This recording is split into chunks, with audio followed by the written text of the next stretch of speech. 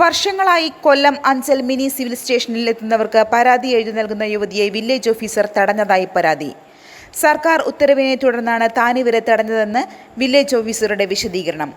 വർഷങ്ങളായി mini civil സ്റ്റേഷനിലെത്തുന്നവർക്ക് പരാതി എഴുതി കൊടുത്ത് കിട്ടുന്ന വരുമാനം കൊണ്ടാണ് വായക്കൽ സ്വദേശിനി സലീന കുടുംബം പുലർത്തി വരുന്നത്.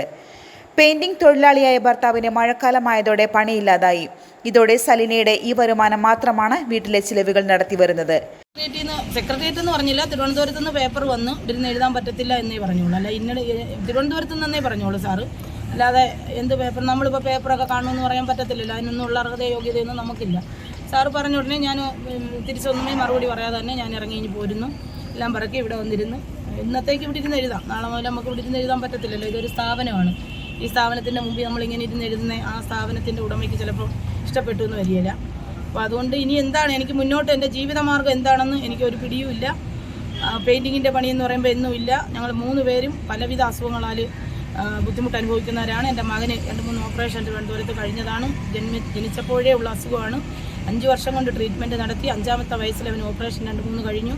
അതിനുശേഷം ഉള്ള പ്രശ്നങ്ങളും എല്ലാ വിഷമങ്ങളും, ആക്സിഡൻറ്റിൽ മരണപ്പെട്ടു, പിതാവ് ക്യാൻസർ വന്ന് മരണപ്പെട്ടു. അപ്പോൾ ഇതെല്ലാം സഹിച്ച് ഹസ്ബൻഡിൻ്റെ പിതാവിനായിരുന്നു ആകെ സഹായം. അദ്ദേഹം ഈ അടുത്ത കാലത്ത് അറ്റാക്ക് വന്ന് മരണപ്പെട്ടു. ഇപ്പോൾ സഹായിക്കാൻ കൂടി ആരുമില്ല. സഹോദരങ്ങളൊക്കെ ഉണ്ടെങ്കിൽ പോലും അവർക്കും കുടുംബവും കാര്യങ്ങളും ബുദ്ധിമുട്ടും ഉള്ളവരാണ്.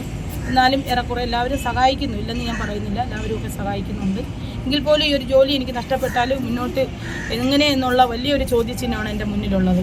കേരളത്തിൽ വിവിധ സർക്കാർ ഓഫീസുകളുടെ പടിക്കൽ ഇത്തരത്തിൽ അനേകം പേര് പരാതി എഴുതി നൽകി കുടുംബം പുലർത്തി വരുന്ന സാഹചര്യത്തിൽ സലീനയെ മാത്രം പരാതി എഴുത്ത് തടഞ്ഞുകൊണ്ട് സർക്കാർ ഉത്തരവ് വന്നതിൽ ദുരൂഹതയുണ്ടെന്ന് പൊതുപ്രവർത്തകരും പ്രതികരിച്ചു. ഉപജീവന മാർഗ്ഗമല്ലേ ഇത്? ആർക്കും ഒരു ബുദ്ധിമുട്ടില്ലായിരിക്കും. എല്ലായിടത്തും ഉണ്ട്. എല്ലാ സർക്കാർ ഓഫീസുകളിലും ഇപ്പോൾ അപേക്ഷ എഴുതുന്ന ആൾക്കാരിപ്പോൾ മനസ്സിലായില്ലേ?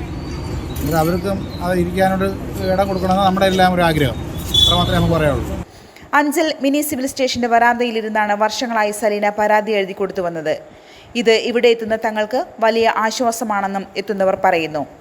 സലീന ഇവിടെ ഇരുന്ന് പരാതി എഴുതുന്നത് സെക്രട്ടേറിയറ്റിൽ നിന്നും വില്ലേജ് ഓഫീസിൽ പരിശോധനയ്ക്കെത്തിയ അധികൃതരുടെ ശ്രദ്ധയിൽപ്പെട്ടതിനെ തുടർന്നാണ് ഇവിടെ നിന്ന് പരാതി എഴുതുന്നത് തടഞ്ഞുകൊണ്ട് സർക്കാർ ഉത്തരവ് വന്നതെന്ന് വില്ലേജ് ഓഫീസറുടെ വിശദീകരണം.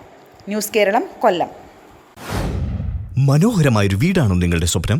എങ്കിലിതാ നിങ്ങളുടെ സ്വപ്ന ഭവനം സാക്ഷാത്കരിക്കാൻ നിങ്ങളോടൊപ്പം ഞങ്ങളുണ്ട്. കെട്ടിട നിർമ്മാണ രംഗത്ത് 28 വർഷത്തെ സേവന പാരമ്പര്യത്തിന്റെ കരുത്തിൽ സുതാര്യതയുടെയും വിശ്വസ്തതയുടെയും പര്യായമായി അഞ്ചലിൽ നിലകൊള്ളുന്ന കൺസ്ട്രക്ഷൻ സ്ഥാപനം. നിങ്ങളുടെ ബഡ്ജറ്റിനൊത്ത സ്വപ്ന ഭവനത്തിനായി സമീപിക്കുക ഭീമ ബിൽഡിംഗ് കോൺട്രാക്ടേഴ്സ്, അഞ്ചൽ, അഗസ്ത്യക്കോട്.